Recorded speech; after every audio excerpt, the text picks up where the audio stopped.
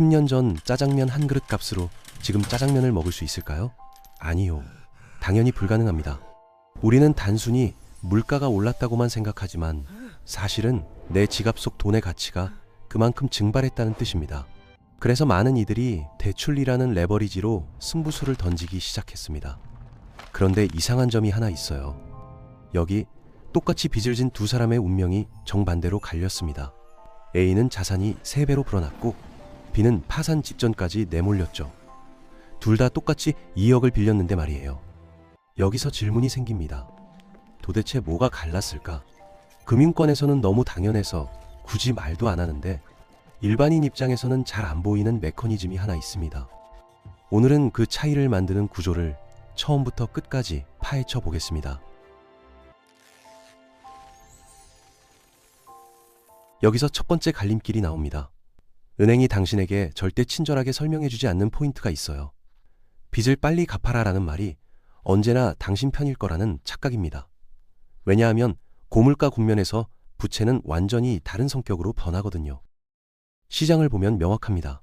물가가 치솟는 시대에 부채는 짐이 아니라 녹는 덩어리처럼 움직여요.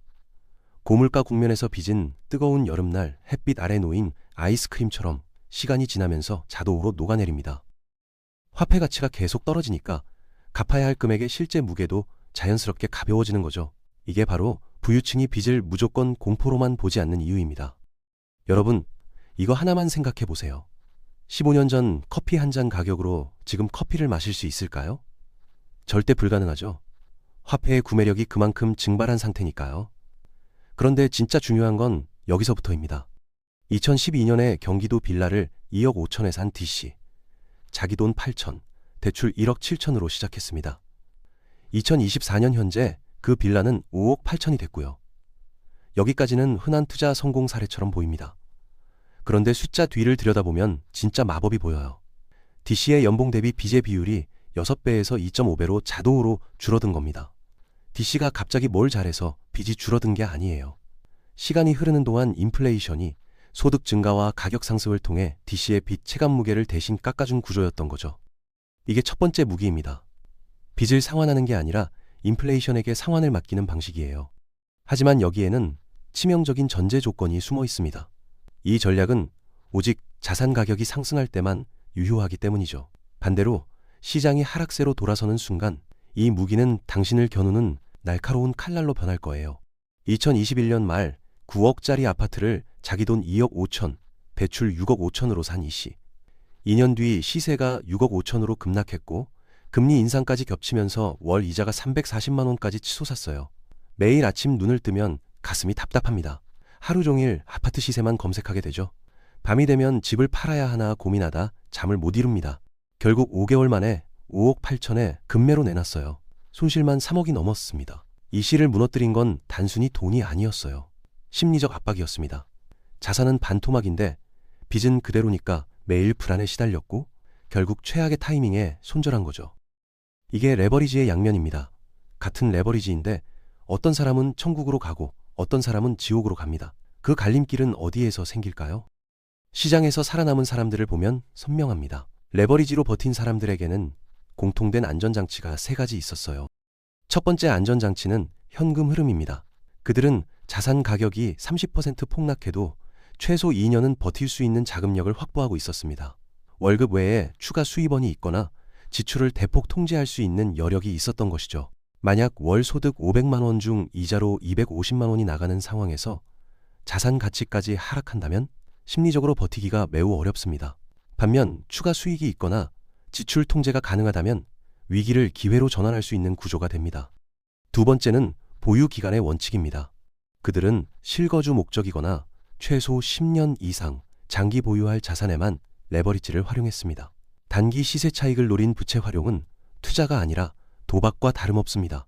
1, 2년 안에 승부를 보겠다는 생각으로 대출을 받는 건 매우 위험한 선택입니다. 반면 장기적인 관점을 가졌다면 중간의 시장 흔들림에도 의연할 수 있습니다. 그리고 세 번째, 밤의 숙면이 가능한 수준이었습니다. 자산 12% 하락에도 불안해서 매일 시세 확인하게 된다면 아직 준비가 안 된 상태예요. 진짜 레버리지 감당할 수 있는 사람은 자산이 22% 떨어져도 태연하게 일상생활을 유지할 수 있는 사람이었습니다. 이 세 가지 안전장치가 없으면 레버리지는 독약으로 변합니다. 이게 첫 번째 갈림길의 실체예요. 그런데 여기서 더 큰 차이를 만드는 두 번째 갈림길이 나옵니다. 시장의 움직임을 뒤쫓는 사람과 길목을 지키는 사람의 차이입니다. 왜 어떤 투자자들은 항상 시장 상승 전에 미리 들어가 있을까요? 여기서 행동 패턴이 확 갈립니다. 초보들은 이미 언론에 도배된 급등 종목을 뒤쫓느라 바쁩니다. 반면 숙련자들은 전혀 다른 곳을 봐요. 사냥꾼이 동물 이동 경로에 미리 덫을 설치하고 기다리듯이 지금은 외면받지만 다음 사이클에 자금이 몰려들 지점에 미리 자리 잡고 대기하는 매복 전략을 쓰는 겁니다. 돈의 흐름을 보면 패턴이 보입니다. 1970년대 오일 쇼크 시기, 1973년부터 1980년까지 S&P 500 지수는 거의 횡보했습니다. 당시 모두가 주식과 채권만 주시하고 있었죠. 그런데 이 시기의 금값은 온스당 35달러에서 850달러까지 약 23배 폭등했고 원유는 배럴당 3달러에서 39달러로 12배 급등했어요. 미리 길목을 지킨 사람들만 엄청난 수익을 거뒀던 겁니다. 그렇다면 지금 시대의 길목은 어디일까요? 여기에도 똑같은 원리가 작동합니다. 2020년 코로나 팬데믹 때 여행 관련주를 떠올려 보세요. 모두가 망할 거라고 했습니다. 언론은 항공업계의 파산 가능성을 보도하고 있었죠. 그런데 2년 뒤 항공사와 호텔주는 2배에서 3배까지 뛰었어요. 길목은 항상 한산한 곳에 숨어 있습니다. 모두가 몰려드는 곳은 이미 가격이 천정을 찍은 상태였고 모두가 외면하는 곳이 진짜 기회였던 거죠. 길목 선택에는 세 가지 신호가 있습니다. 첫 번째 신호, 지금 모두가 외면하고 있는가?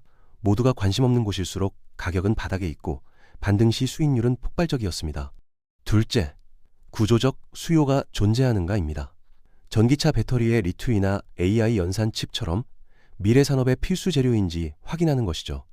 단순 유행이 아니라 구조 변화 속 필수품이어야 했습니다.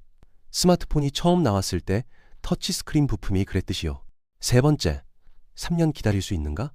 길목 투자는 인내가 필요했어요.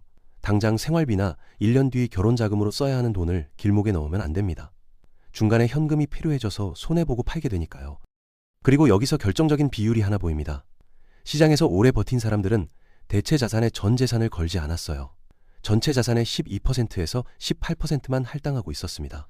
주식 5,800만 원, 채권 2,200만 원, 원자재와 금 ETF 1천만 원, 현금 1천만 원, 이런 식으로 분산하고 있었던 거죠. 종목도 6에서 8개 정도로 관리 가능한 수준에서 핵심만 추리고 있었습니다. 이게 두 번째 갈림길의 실체입니다. 추격하지 말고 매복하라. 그리고 작게 시작하라. 시장은 이걸 반복해서 증명합니다.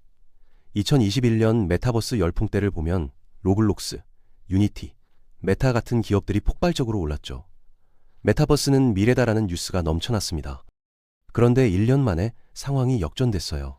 메타는 72% 폭락했고 유니티는 82% 넘게 떨어졌습니다.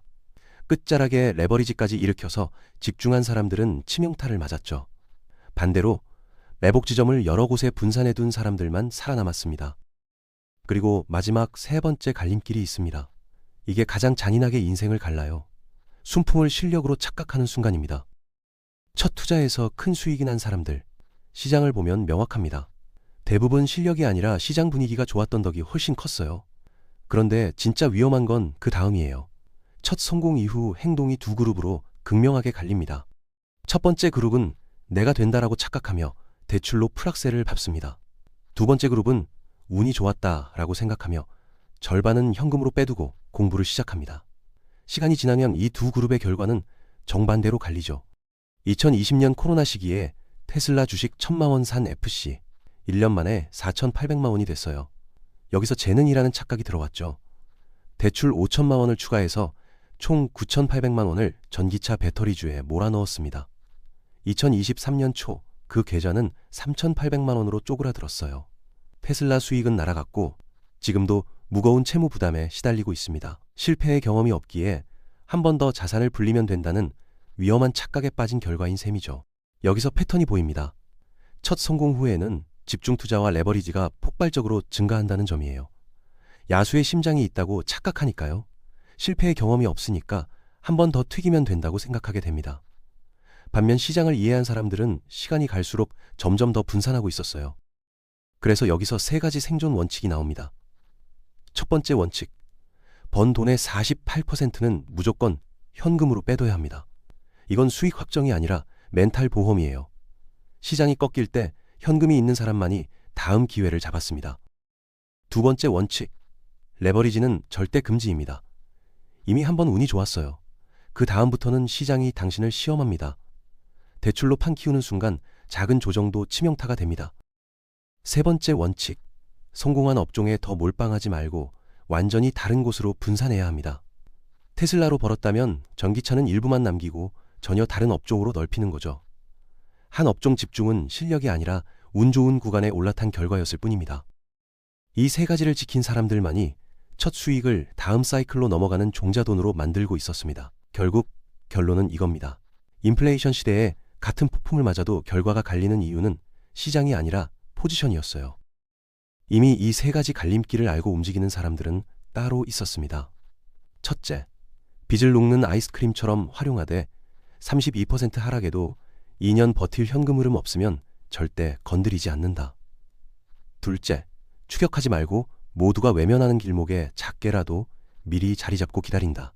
셋째, 순풍을 실력으로 착각하지 않고 첫 수익의 절반은 현금으로 빼두면서 실력 키울 시간을 산다. 이 세 가지를 알고 있느냐 모르느냐가 인플레이션 시대에 무너지느냐 다음 기회를 내 쪽으로 끌어오냐를 갈라놓습니다. 선택은 여러분의 몫입니다.